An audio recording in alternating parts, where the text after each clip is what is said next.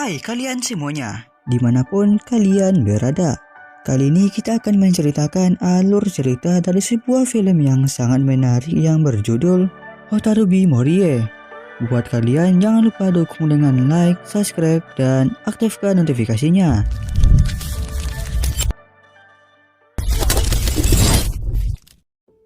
Awal film diperlihatkan sebuah hutan dan diperlihatkan seseorang yang duduk di atas batu. Lalu diperlihatkan seorang gadis yang akan pergi, namanya Hotaru. Dia bilang ia akan pergi ke rumah pamannya. Ibunya memperingatkan untuk hati-hati, tapi ia bilang jangan khawatir, bukankah ia selalu ke sana setiap tahun. Ia berangkat dan sedang menunggu bis. Dan ia menceritakan dulu ketika ia berumur 6 tahun. Ia pernah tersesat di dalam hutan.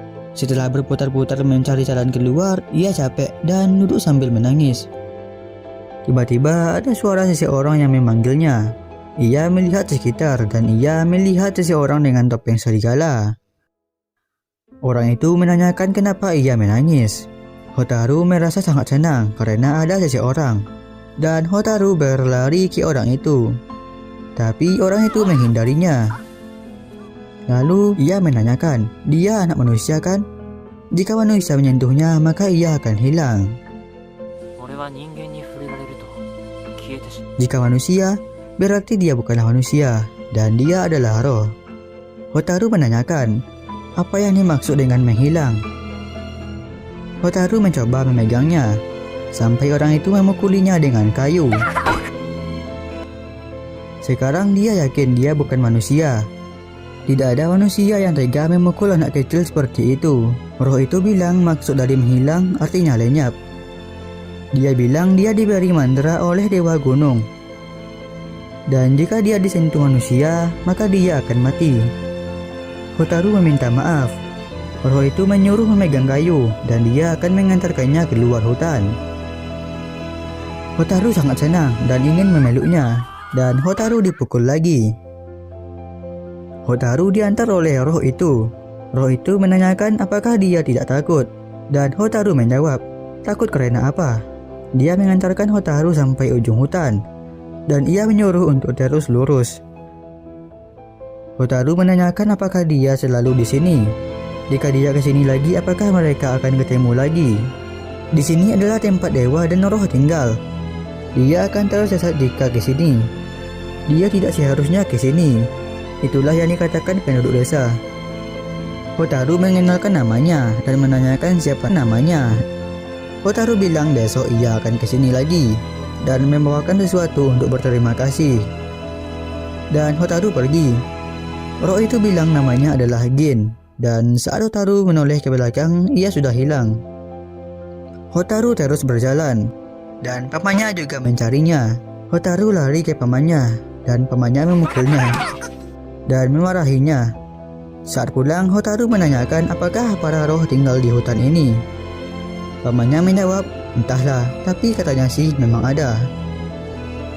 Pamannya menceritakan waktu kecil ia ingin sekali bertemu roh, jadi ia sering main ke hutan bersama teman-temannya.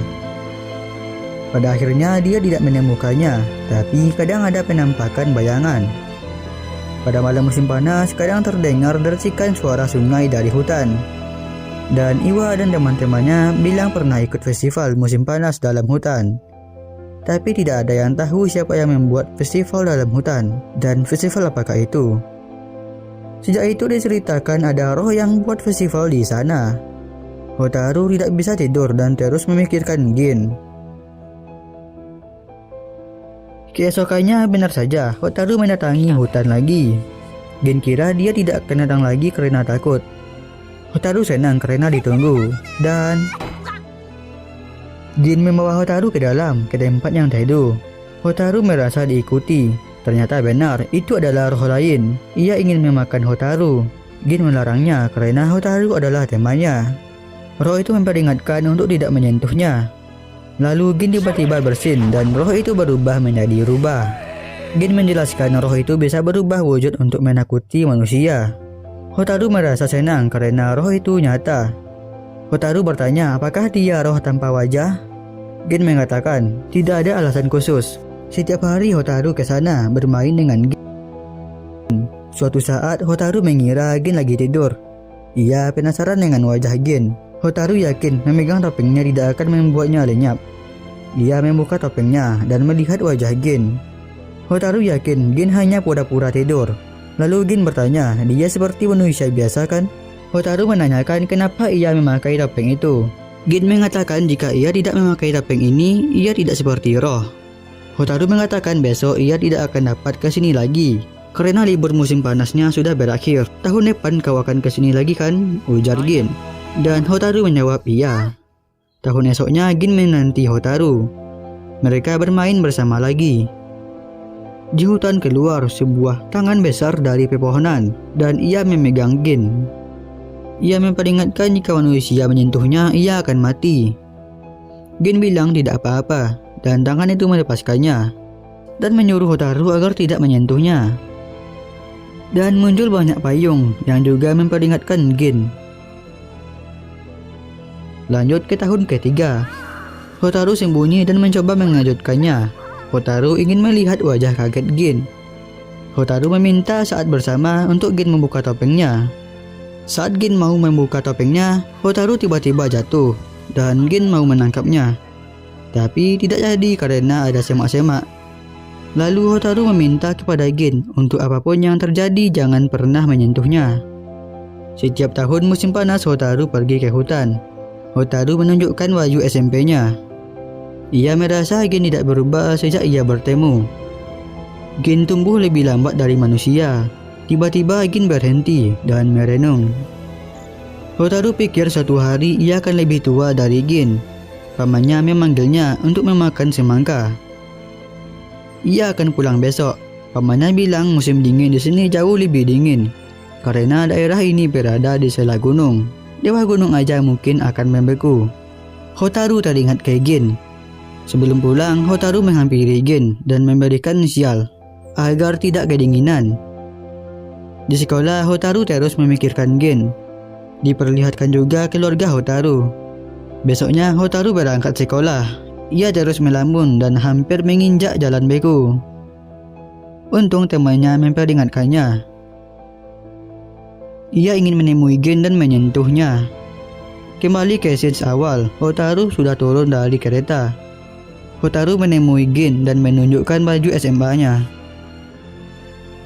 Hotaru tidak sabar untuk tamat SMA dan ia akan mencari kerja dekat wilayah itu agar mereka dapat selalu bersama. Gin mengatakan dia bukanlah roh dan dia bukan lagi menjadi manusia. Dulu dia sempat menjadi manusia waktu masih bayi. Dia dibuang ke hutan itu. Para roh menemuinya dan mereka menerimanya.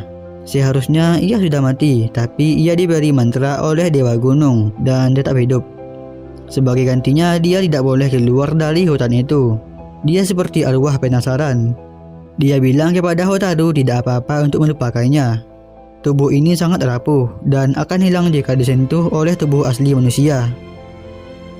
Hotaru meminta Gin untuk tidak melupakannya. Suatu saat, waktu pasti akan memisahkan mereka. Tapi sampai saat itu, Hotaru ingin tetap bersama. Malam ini ada festival roh. Gin ingin mengajak Hotaru. Gin sudah lama ingin mengajak Hotaru. Hotaru penasaran apakah banyak roh menyeramkan. Di luarnya tidak ada beda dengan festival manusia. Toh tujuannya untuk meniru manusia. Gin akan melindunginya. Mendengar hal itu, Hotaru menjadi ingin memeluknya. Ujar Hotaru. Peluk saja, ujar Gin. Malamnya festival dimulai. Mereka semua menyamar sebagai manusia. Bahkan ada manusia yang membaur. Mereka berkeliling.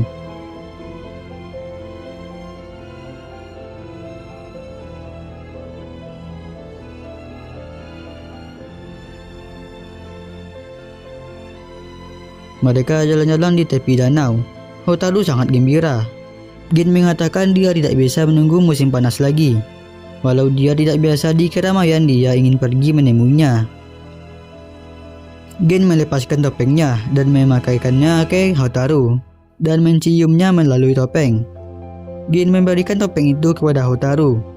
Hotaru pikir tahun depan ia tidak akan datang lagi menunggunya. Ia merasa kata-katanya tadi adalah perpisahan. Tiba-tiba ada dua anak yang berlari. Ia hampir jatuh dan ditangkap oleh Gin. Ternyata anak itu adalah manusia. Tubuh Gin mulai menghilang. Gin meminta Hotaru untuk memeluknya sebelum ia menghilang. Hotaru langsung memeluknya hingga Gin benar-benar menghilang.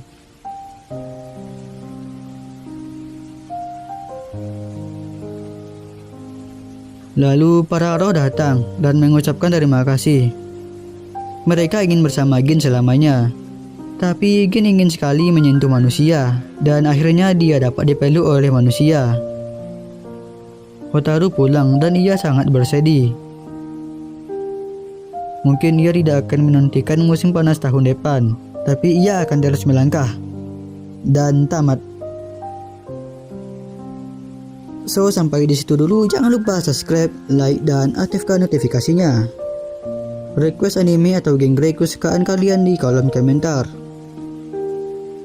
Thanks for watching and see you next time. Goodbye.